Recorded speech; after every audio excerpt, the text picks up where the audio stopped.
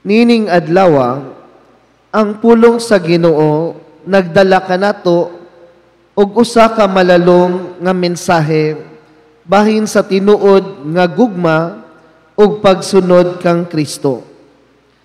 Gani ang unang pagbasa gikan sa sulat ni San Pablo ngadto sa mga taga-Roma nga nagsulti. Ayaw paghapos sa utang, gawas sa utang sa paghigugmaay. Kay ang nahigugma sa iyang isig katao, nakatuman sa balaod.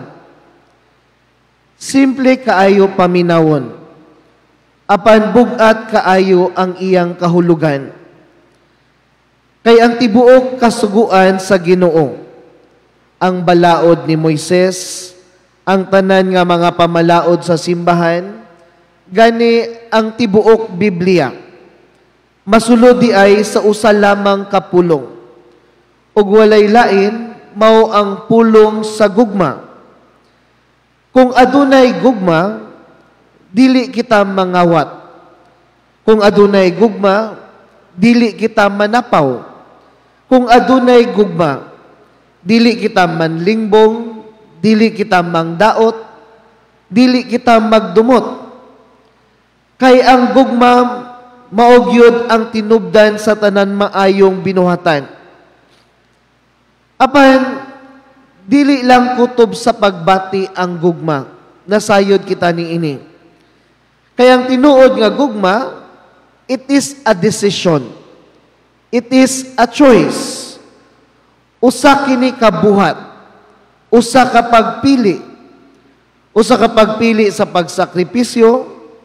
Usa ka pagpili nga muhatag nga walay gipaabot nga balos. Usa ka pagpili nga mopasaylo bisan sa kalisod. O karon diha sa atong ebanghelyo, gisulti ni Jesus, kinsa man sa inyo nga gusto mahimong akong tinunan, kinahanglan mo pas-an sa iyang krus ug mosunod kanako. Mao kini ang tinuod nga pagsunod kang Kristo.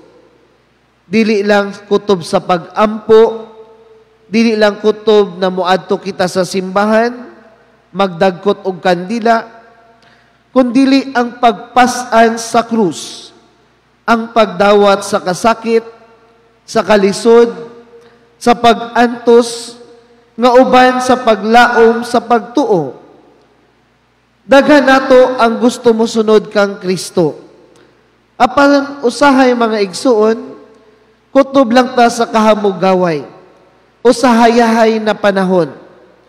Kung maayo ang atong kahimtang, kung wala kitay problema, maayo kita nga Kristiyano. Apan, kung lisod na, kung aduna kitay daghang mga suliran o kalisdanan sa atong kinabuhi, kung masakiton na kita, kung mawad-an kitag trabaho, kung dili na nato makaya, musugod na kitag reklamo, mawad-an na kita og pagtuo. Apan ang tinuod nga Kristiyano, dili mo biya sa Ginoo bisan sa kalisod ug sa pag-antos.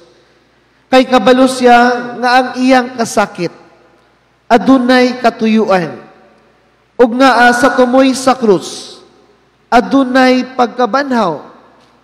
Manto gani ingon pa ni San Jose Maria Escriva, the founder of Opus Dei, na in Leticia nulla dies sine cruce, na diha sa kalipay walay adlaw na wala ang krus. Busa karon pangutan-on nato ang atong kaugalingon. Unsa bagayod ang krus sa atong kinabuhi karon? Unsay bahin sa atong kinabuhi nga lisod kaayo dawaton? Ug andam ba kita nga ipadayon gihapon ang pagsunod kang Kristo bisan sa kalisod ni ini? Kay si Jesus wala nagpasalig og sayon nga dalan, sayon nga kinabuhi. Apan iyang gipakita nga ang dalan sa krus mausab ang dalan paingon sa kalipay, sa tinuod nga kagawasan, ug sa kinabuhing walay katapusan. Busa sa atong pagpadayon ni ining santos nga misa, atong hangyoon ang Ginoo, nga hatagan kitag kusog, nga musunod kaniya bisan sa kalisod, nga hatagan kitag kasing-kasing, nga puno sa gugma alang sa atong isig katawo, o nga sa matag adlaw, makita sa atong kinabuhi, nga si Kristo maugayod, ang atong Ginoo ug manluluwas.